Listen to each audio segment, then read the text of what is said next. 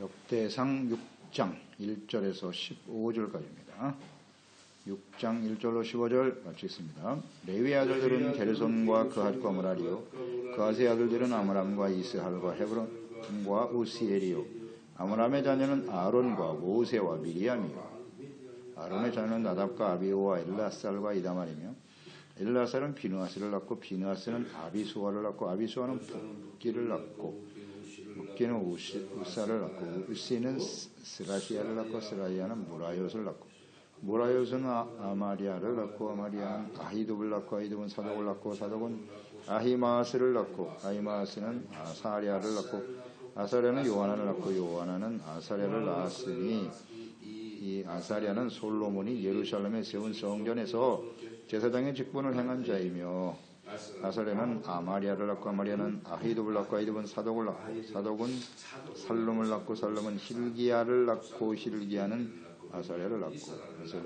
아사랴는 스라야를 낳고 스라야는 여호사닥을 낳았으며, 여호와께서 느부갓네살의 손으로 유다와 예루살렘 백성을 옮기실 때에 여호사닥도 가니라. 아멘. 중보자와 예배자인 레위지파 사람들, 이스라엘의 장자의 명분과 직임, 그 루벤에서 요셉으로 이어졌죠. 그리고 이제 유다와 다윗 왕으로 이어지게 되는데요. 영적으로는 이스라엘을 이끌어가는 그 장자의 중요한 역할 중에 하나가 바로 예배자고 중보자로서의 막중한 사명과 역할을 감당했던 레위지파 사람들이에요. 레위지파가 없다는 것은 이스라엘의 존재 자체가 불가능한 겁니다. 하나님과의 관계, 회복, 하나님과 동행하는 삶이 불가능하기 때문이죠. 그러니까 우리가 잘 묵상되는 바지만 이스라엘 백성들에게 있어서 율법, 성전, 그 가운데서 주님을 섬기는 레위지파 사람들 없으면 그들은 이방인과 동일함, 다르지 않아요. 오늘날도 마찬가지예요. 예수 그리스도가 없는 그 성막, 제사, 중보, 이거 다 예수 그리스도의 모형이지 않습니까? 그러니까 예수님이 없다면 우리 그리스도인들은 아무것도 아닌 거예요. 교회 안에 예수님이 없다. 우리 신앙생활, 우리 인생에 예수님 빠져버렸다면 그건 이방인들과 다 똑같아요. 종교적인 모습은 가지고 있을지 모르겠지만, 그러니까 언제나 우리는 예수님 안에서, 그 진리의 말씀 안에서 그러니까 예배드리고 용서받고 의롭다함을 얻고 하나님의 말씀을 배우고 그 뜻에 순종하는 삶이 빠져버리면 아무것도 아니다. 이것이 성경이 주는 교훈이고 이스라엘 역사가 주는 교훈입니다. 매우 중요한 역할을 했던 사람들이 바로 레위 사람들이에요. 레위 지파 사람들은 매우 중요합니다. 이 장자의 명분을 완벽하게, 그러니까 이 루벤이 아닌 요셉이죠. 아브라함의 그 약속이 요셉과 그다음 유다로 이어졌잖아요. 유다는 왕위란 말이에요. 그러니까 만왕의 왕이신, 왕으로 오신 예수 그리스도. 그러니까 유다와 요셉과 레위 지파의 역할을, 장자의 명분을 완벽하게 계승하신 분이 누구냐? 하나님의 아들 그리스도이신 예수님이세요. 그리스도, 기름 부음 받은 자, 만왕의 왕이시고 그의 말씀은 하나님의 말씀, 선지자예요. 그리고 영원한 대제사장으로서 하나님 앞에서 죄산받고 의롭다함을 얻게 하는 역할, 이분이 바로 예수님이에요. 이 족보 속에 잘 나와 있잖아요. 지금 역대상의 이 족보를 쭉 우리가 묵상하고 있는데, 이 족보는 이스라엘 역사 전차예요. 이스라엘 역사가 그냥 주마등처럼 지나가지 않습니까? 이 사람들의 이름을 쭉 훑어가면서 이제 오늘 여호사닥까지 나오잖아요. 유다와 예루살렘 백성을 옮기실 때에 느부갓네살 손으로 15절에 여호사닥도 가니라. 그러니까 이 역대상은 이스라엘 역사의 끝에 기록된 게 틀림없어요. 여호사닥까지 알고 있잖아요. 그러니까 지금 이스라엘 백성들이 예루살렘으로 돌아와서 과거의 역사를 회고하고 있는 거예요. 쭉 회고하면서 우리가 어찌하다 바벨론 포로가 되었고 하나님은 다시 예루살렘으로 우리를 회복시켜 주셨다. 과거에 대한 교훈과 미래에 대한 소망, 이게 바로 역대상하입니다. 잘 기록하고 있네요. 아주. 이 중심을 잡고 말씀을 묵상해야 돼요. 어떤 교훈을 주려고 하는가? 왜 기록하게 하셨는가? 레위 지파 사람들 묵상해 보시자고요. 그들에게 주어진 막중한 사명이죠. 중보자로서 예배자로서의 사명입니다. 레위 지파가 없으면 이스라엘은 존재가 불가능하다. 의미가 없어요. 자, 레위 지파 사람들의 역할, 사명, 민수기죠. 1장 49절 53절. 레위 사람들은 계수에 들어가지 않았어요. 세지 말라 그랬습니다. 하나님이 특별 관리하시는 사람들이에요. 49절에 너는 레위 지파만은 계수하지 말아라. 그들을 이스라엘 자손 계수 중에 넣지 말고 그들에게 증거의 성막과 모든 기구와 그 모든 부속품을 관리하게 하라. 그들은 그 성막과 모든 기구를 운반하여 거기서 봉사하며 성막 주위에 진을 칠지며 성막을 운반할 때는 레위인이 그것을 걷고 성막을 세울 때는 레위인이 그것을 세울 것이고 외인이 가까이에 오면 죽일지며 죽습니다. 레위 사람 아니면 이스라엘 자손은 막사를 치되 그 진영별로 각각 그 진영과 궁기 곁에 진칠 것이 나 레위인은 증거 장막 사방에 진을 쳐서 이스라엘 자손의 회중에 진노가 임하지 않게 하라. 레위인은 증거 장막에 대한 책임을 지킬지니라 하셨습니다.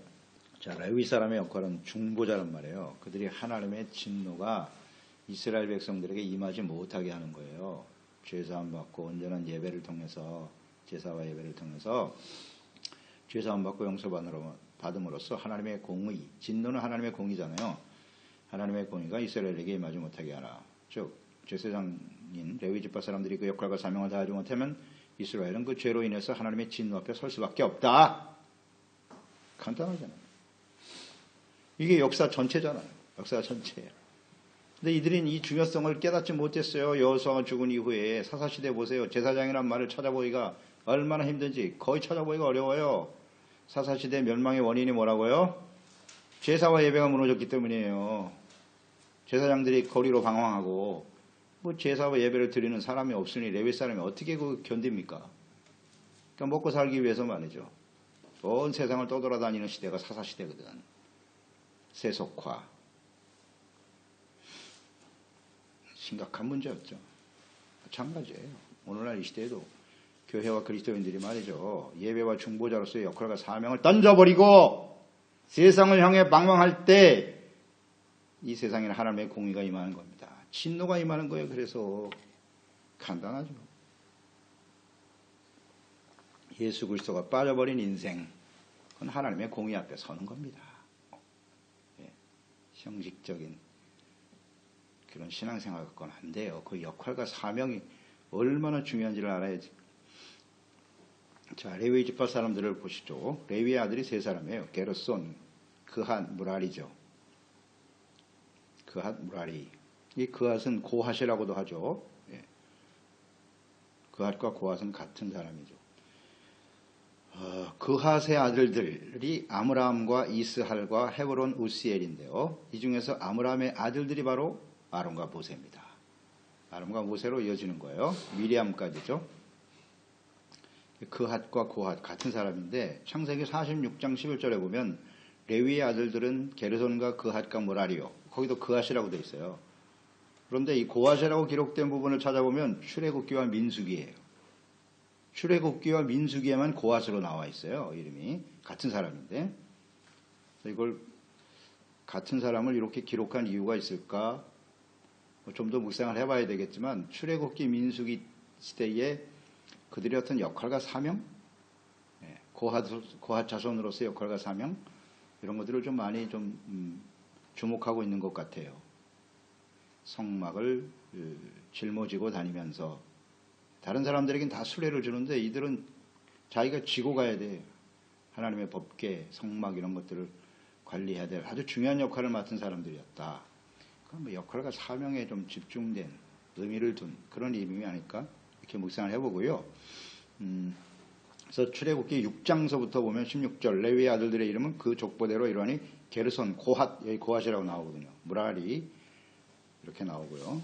민수기에도 보면 대부분 고핫이라고 나와요. 이제 그핫의 아들이 아므람이죠. 아므람의 자손이 아론과 모세로 이어지고 모세와 아론. 모세는 이스라엘을 구원하는 구원자죠. 구원자로서의 의미가 굉장히 강하고 아론은 또 그의 아들들에 이어서 제사장이죠. 제사장으로서의 역할로 헌신되어지죠. 네. 그리고 다른 고핫의 자손들은 광야에서 성막을 옮길 때 성소의 기물을 관리했던 사람들이었다. 네. 근데 이 고핫 자손들이 우리 민수기에 보면 모세와 아론을 대적하여 일어나는 장면이 나오죠. 민수기 16장인데요. 레위의 증손 고핫의 손자 이스할의 아들 고라와 루벤, 여기 고라가 나오고, 또 루벤의 자손 엘리압의 아들 다단과 아비람, 벨렛의 아들이 당을 짓고 이스라엘 총회의 택함을 받은 자 회중에 있는 지휘관 250명인가요? 함께 일어나서 모세를 거스리는 장면이 나오죠. 그때 일어난 사람이 바로 이 고라다. 고라가 이스할의 손자죠. 고핫의 손자, 이스할의 아들이다. 그러니까 고핫의 아들이 아므람과 이스할이라 그랬잖아요. 그러니까 아므람의 아들이 아론과 모세고 그의 동생인 이스할의 자손이 고라예요. 둘이 사촌관이죠. 고핫과 아론과 모세는. 그러니까 우리가 다 같은 고핫 자손인데 왜 당신들만 지도자가 돼야 돼? 이러고 일어난 거예요, 고라가. 이스할의 아들이 일어난 거죠. 아므람의 아들인 모세와 아론을 대적하여. 자기들도 될 수 있다. 같은 고핫 자손이라는 거죠. 그에 대해서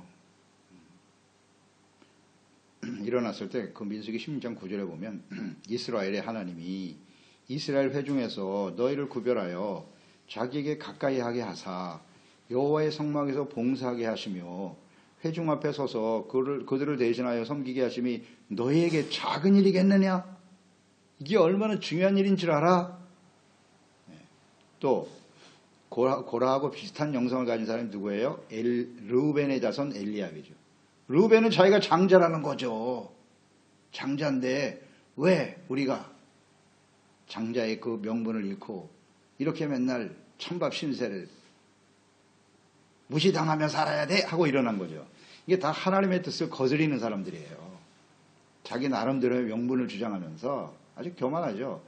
교만하고 하나님의 뜻을 저버리고 대적하는 사람들의 아주 전형적인 성향을 가진 고라, 루벤 자손 엘리야, 뭐 이런 사람 수두룩하죠. 오늘도.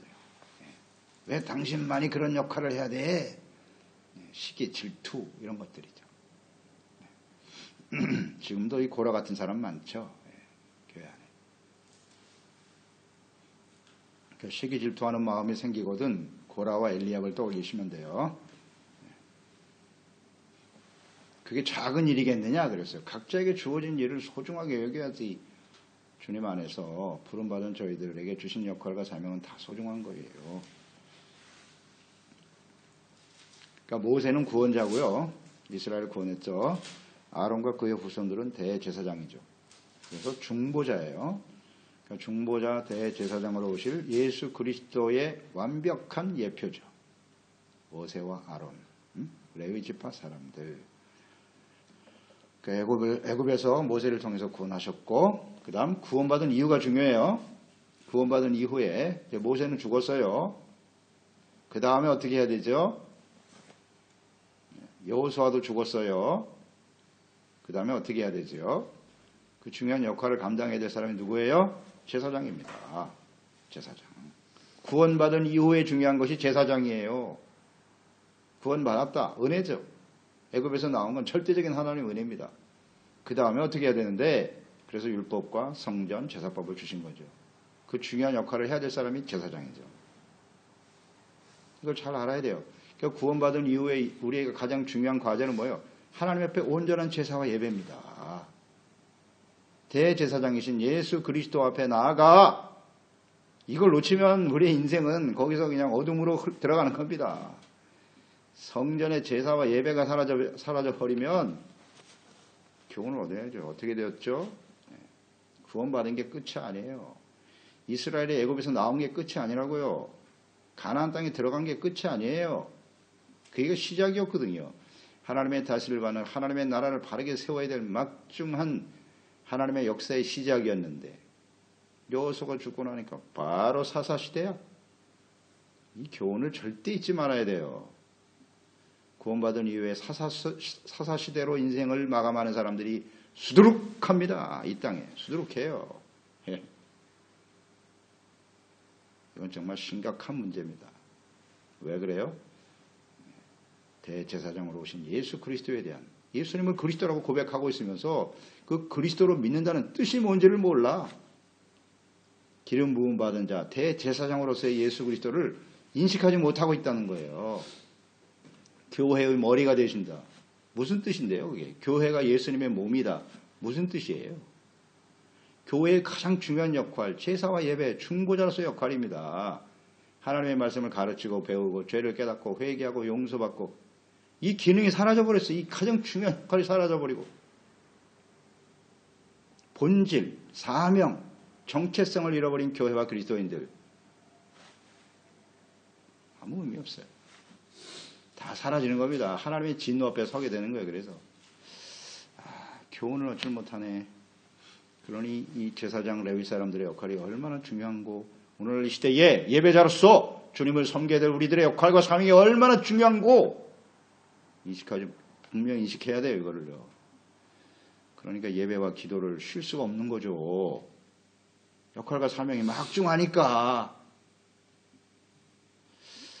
이걸 좀 깨달아야 되는데요. 인식을 해야 될 거 아니에요. 왜 예배를 드려야 되고, 내가 가장으로서, 부모로서 우리 가정을 지키고 이 땅에 하나님의 나라를 세우는 일을 위해서 내가 해야 될 가장 중요한 일이 뭐지? 레위 지파가 그 사명과 정체성을 상실할 때 이스라엘은 멸망을 향해 가는 거예요. 교훈입니다. 그 다음 대제사장 아론의 아들들이 나오죠. 나답, 아비후, 엘라살, 이다말. 아들이 넷이네요. 그런데 나답과 아비후, 역사가 스쳐 지나가지 않습니까? 죽었어요. 장남과 차자가 죽었습니다. 레위기 10장이죠. 1절로 2절에 아론의 아들 나답과 아비후가 각기 향로를 가져다가 여호와께서 명령하시지 아니하신 다른 불을 담아, 이런 어리석은 자들이 있나. 여호와 앞에 분향하였더니 불이 여호와 앞에서 나와 그들을 삼킴에 그들이 여호와 앞에서 죽었다. 하나님이 정하신 불을 가지고 향로를 가지고 하나님께 나가야 되는데 각기 자신의 마음대로, 자신의 뜻대로 하나님께 불 가지고 나갔다가 죽었어요. 예배와 섬김, 예배하다 죽었어요. 예배하다가 제사 지냈다가 죽었다고요. 우리가 하나님 앞에서 이게 얼마나 중요한지 우리가 충분히 묵상했죠. 출애굽기 레위기 묵상하면서 하나님의 뜻대로 제사와 예배를 드려야지, 자기를 위하여 자신의 뜻대로 자신의 만족을 위해서 예배 드리는 자들은 다 죽은 자입니다. 살아있는 게 기적이죠. 영적으로 죽은 사람이 수두룩하지 뭐. 자기 마음대로 예배를 드리고 싶으면 드리고 말고 싶으면 말고.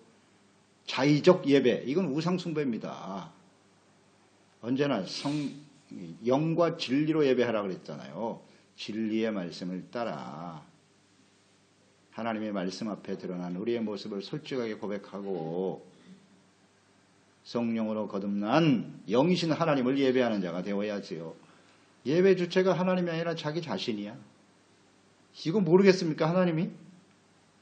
그러니까 그 이사야서에 쭉 그 예레미야서에도 보세요. 너희들이 나와 수많은 제사와 번제를 드렸는데 그게 나를 위해서 한 거야?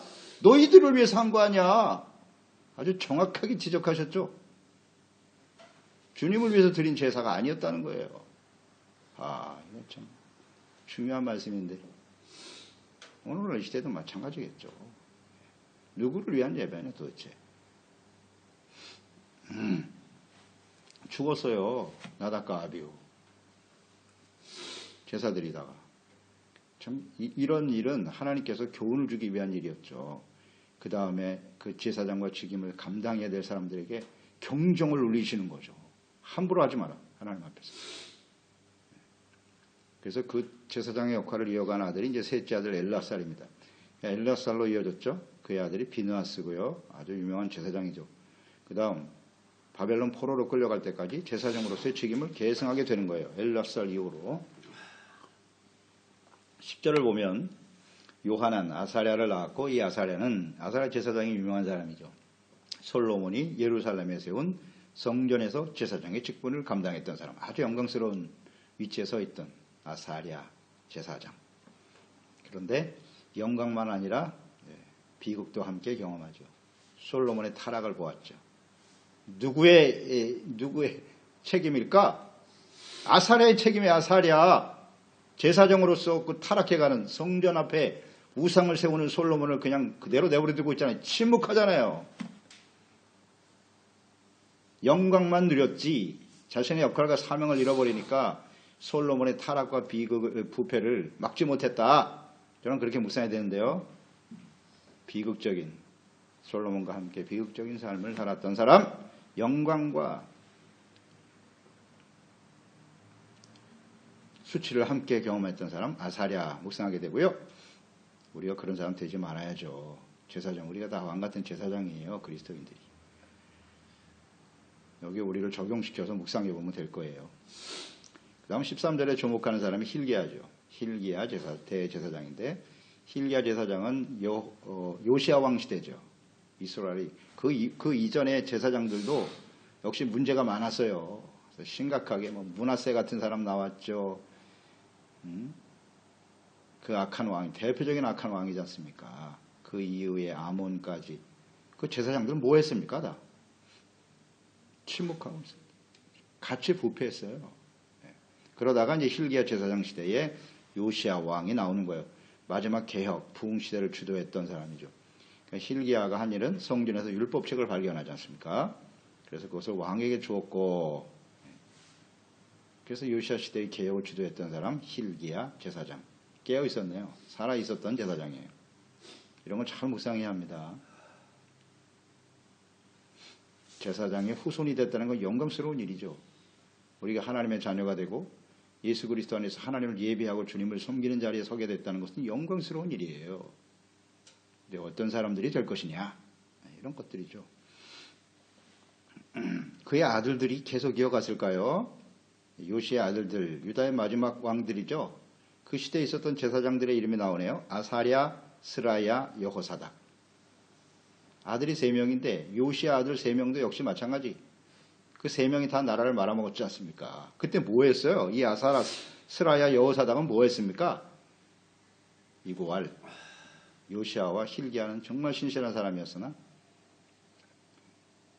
침묵하고 부패하고 같이 썩어갔다. 그렇죠? 제사장이 부패하고 썩어가니까 역사 속에 어떤 일이 벌어지더라? 오늘날도 마찬가지. 이걸 잘 주목해야 됩니다. 매일같이 지상에 나오는 주의종들의 부패한 모습, 이거 간과해서는 안 돼요. 때가 됐구나 생각하는 게 정답이에요. 이제 하나님의 진노에 때가 가깝구나. 정말 두렵습니다. 이제 곧 눈앞에 와 있어요. 지금 교회와 성도들이 정신을 못 차리고 있어요. 그 역할과 사명을 제대로 하지 못하고 있습니다. 세상에 휘둘리고 있고 말이죠. 무슨 권력을 쫓아서 어리석은 세상에 있는 힘 있는 사람들이 세상을 바꿀 수 있다. 무슨 소리 하고 있어요. 교회와 그리스도인들의 사명이 뭔가를 똑바로 알아야죠.